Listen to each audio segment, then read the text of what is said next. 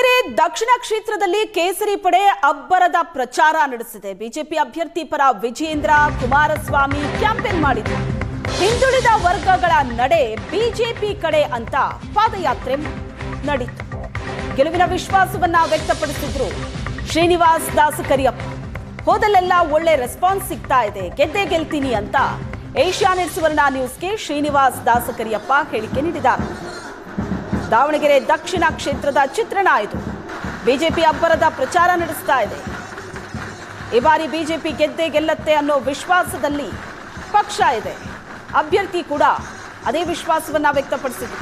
ಒಳ್ಳೆ ರೆಸ್ಪಾನ್ಸ್ ಸಿಗ್ತಾ ಇದೆ ಕ್ಷೇತ್ರದಲ್ಲಿ ಅಂತ ಬಿಜೆಪಿ ಅಭ್ಯರ್ಥಿ ಶ್ರೀನಿವಾಸ್ ದಾಸಕರಿಯಪ್ಪ ಏಷ್ಯಾನೆಟ್ ಸುವರ್ಣ ನ್ಯೂಸ್ಗೆ ಹೇಳಿಕೆ ಕೊಟ್ಟಿದ್ದಾರೆ.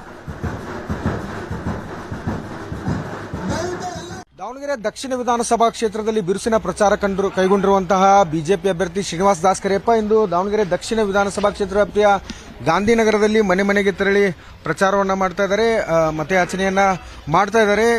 ಇಂದು ಮಾಜಿ ಸಿಎಂ ಆದಂತಹ ಎಚ್ ಡಿ ಕುಮಾರಸ್ವಾಮಿ ಅವರು ಸಹ ಬೆಳಗ್ಗೆ ಸುದ್ದಿಗೋಷ್ಠಿ ನಡೆಸಿ ಈಗ ವಾಪಸ್ಸಾಗಿರುವಂತದ್ದು. ನಿನ್ನೆ ಇಡೀ ದಿನ ಪ್ರಚಾರವನ್ನ ನಡೆಸಿದ್ರು. ಹಾಗಾದ್ರೆ ಕ್ಷೇತ್ರದಲ್ಲಿ ಯಾವ ರೀತಿ ವಾತಾವರಣ ಇದೆ ಅವರನ್ನೇ ಮಾತಾಡಿಸ್ತೀನಿ. ಸರ್, ಇವತ್ತು ಗಾಂಧಿನಗರದಲ್ಲಿ ಪ್ರಚಾರ ಮಾಡ್ತಾ ಇದ್ರಿ, ಯಾವ ರೀತಿ ವಾತಾವರಣ ಇದೆ? ನಿನ್ನೆ ಹಿಂದುಳಿದ ವರ್ಗಗಳ ನಡೆ ಬಿಜೆಪಿ ಕಡೆ ಅಂತ ಒಂದು ಬೃಹತ್ ಪಾದಯಾತ್ರೆಯೂ ಸಹ ವಿಜೇಂದ್ರ ಅವರ ನೇತೃತ್ವದಲ್ಲಿ ನಡೀತು. ನೀವೀಗಾಗಲೇ ಆ ಜನಸ್ತೋಮವನ್ನು ನೋಡಿದಿರಿ. ಹಿಂದುಳಿದ ವರ್ಗ ನಾವು ಕೆಲಸವನ್ನ ಮಾಡ್ತಿದ್ವಿ ಅಂತೇಳಿ ನಮ್ಮ ಕಡೆ ಹಿಂದುಳಿದ ವರ್ಗ ಅಂತೇಳಿ ಸಿದ್ದರಾಮಯ್ಯನವರು ಎಲ್ಲರೂ ಹೇಳ್ತಾ ಇದ್ರು, ಕಾಂಗ್ರೆಸ್ನವರು. ನಿನ್ನೆ ನೋಡಿರ್ತಕ್ಕಂಥ ಜನ ಎಲ್ಲ ಅಭಿಪ್ರಾಯ ಹೇಗಿದೆ ಅಂತ ಹೇಳಿದ್ರೆ, ಇವತ್ತು ಅಹಿಂದ ವರ್ಗಕ್ಕೆ ಏನಾದರೂ ಒಳಿತನ್ನ ಮಾಡ್ತಕ್ಕಂಥದ್ದು ಭಾರತೀಯ ಜನತಾ ಪಾರ್ಟಿ ಅಂತ ಹೇಳಿ ಅವ್ರು ಕಾಂಗ್ರೆಸ್ ಸವಾಸ ಬೇಡ ಅಂತೇಳಿ ನಮ್ಮ ಜೊತೆ ಸೇರಿದ್ದಾರೆ.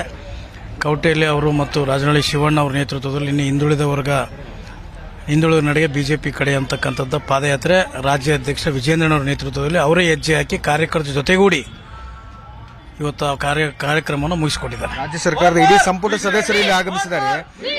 ಏನು ಪರಮೇಶ್ವರ್ ಅವರು ಹೇಳ್ತಾ ಇದ್ರು, ದಲಿತ ಸಮುದಾಯ ಯಾವಾಗಿದ್ರು ಕಾಂಗ್ರೆಸ್ ಕೈ ಬಿಡಲ್ಲ ಅಂತೇಳಿ. ದಲಿತ ಸಮಾಜ ಕೈ ಬಿಡಕ್ಕೆಲ್ಲ ಭಾರತೀಯ ಜನತಾ ಪಾರ್ಟಿ ಪರ ಒಲವು ತೋರಿಸಿದ್ದಾರೆ ಈಗಾಗಲೇ ಎಲ್ಲರೂ ಕೂಡ. ಮೇ 4ರಂದು ಗೊತ್ತಾಗುತ್ತೆ ಯಾರು ಪರವಾಗಿದ್ದಾರೆ ಅಂತ. ಎಲ್ಲ ಮತದಾರರು 2,32,000 ಜನ ಆಶೀರ್ವಾದ ಮಾಡಿದ್ದಾರೆ. ಹೆಚ್ಚಿನ ಮತಗಳ ಅಂತರದಿಂದ ಗೆಲ್ತೀನಿ.